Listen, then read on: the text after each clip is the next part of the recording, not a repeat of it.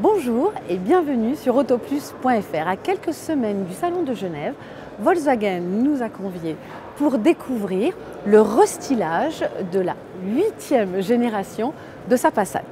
Alors, ils ont choisi de nous la présenter dans sa version SW, dans sa version break. Il s'en vend en Europe pratiquement 3 fois plus que dans la version berline. Bien sûr, le gabarit n'évolue pas. Il reste de 4,77 m. D'ailleurs, il faut préciser que c'est exactement le même pour la berline et pour le break. Et puis, précision tout de même, cette catégorie, c'est la catégorie de la Peugeot 508 qui, elle aussi, affiche un même format, c'est-à-dire 4,77 m pour la version break et 4,75 m pour la berline. Le design évolue très peu sur cette Passat restylée puisqu'il va concerner principalement les optiques avec une nouvelle signature lumineuse et l'adoption de la technologie Matrix LED. Ici, on a aussi un léger dessin un peu différent de la première version sortie donc en 2014. Et puis tout le bas ici du bouclier a été redessiné. On le verra tout à l'heure, il y a aussi des petits détails à l'arrière qui changent. Mais vraiment, pour le design, c'est tout.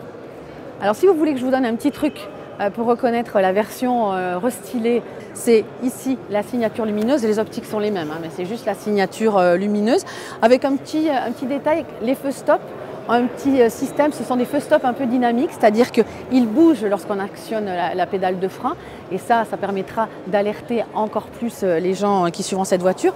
Et puis l'autre détail que l'on voit maintenant de plus en plus souvent, c'est le nom de la voiture ici en toutes lettres qui vient se mettre au milieu du volet de coffre. Précédemment, on avait plutôt le nom plus discrètement ici.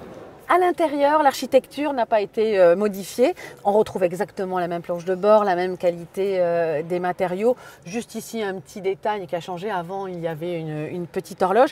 En revanche, ce qui change vraiment beaucoup et ce sur quoi Volkswagen met l'accent, ce sont donc les technologies embarquées et bien sûr les aides à la conduite.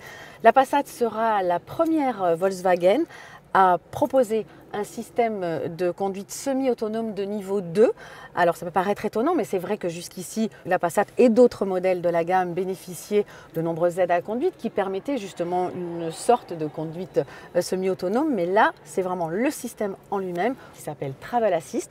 Autre système, le volant pourra être ce qu'on appelle peut-être capacitif, c'est-à-dire qu'à partir du moment où le conducteur ne tiendra plus le volant, la technologie enverra une alerte sonore dans un premier temps, puis sur la ceinture de sécurité, elle resserrera un petit peu pour éventuellement réveiller le conducteur s'il avait un malaise par exemple. Et si jamais il n'y a aucune réponse au bout d'un moment du conducteur, la voiture, pour des raisons de sécurité, pourra s'arrêter d'elle-même. Et bien sûr, on retrouvera encore plus d'aide à la conduite.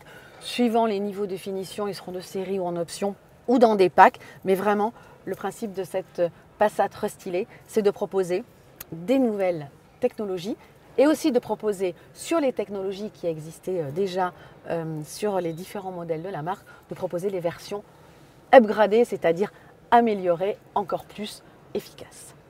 Bon, et tout de même, pour l'anecdote, on vous montre les places arrière, même si là, il n'y a rien qui change. Mais c'est vraiment pour vous rappeler à quel point, dans cette Passat, on bénéficie d'un espace aux jambes assez incroyable. Alors, tout de même, petite précision, celui qui sera au milieu, il ne sera pas super confort. Mais les deux autres, franchement, c'est assez royal.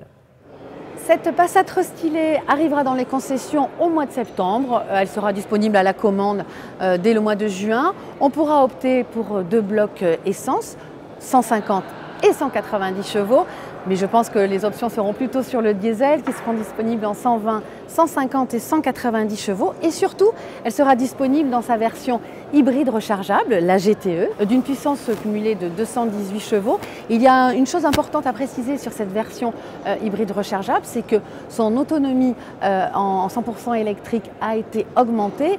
Précédemment, elle était de 50 km dans l'ancienne norme NEDC, ce qui équivaudrait aujourd'hui à 70 km, mais avec la fameuse nouvelle norme WLTP, celle qui est la plus proche de la réalité, sera de 55 km, et ça c'est quand même assez important de le préciser.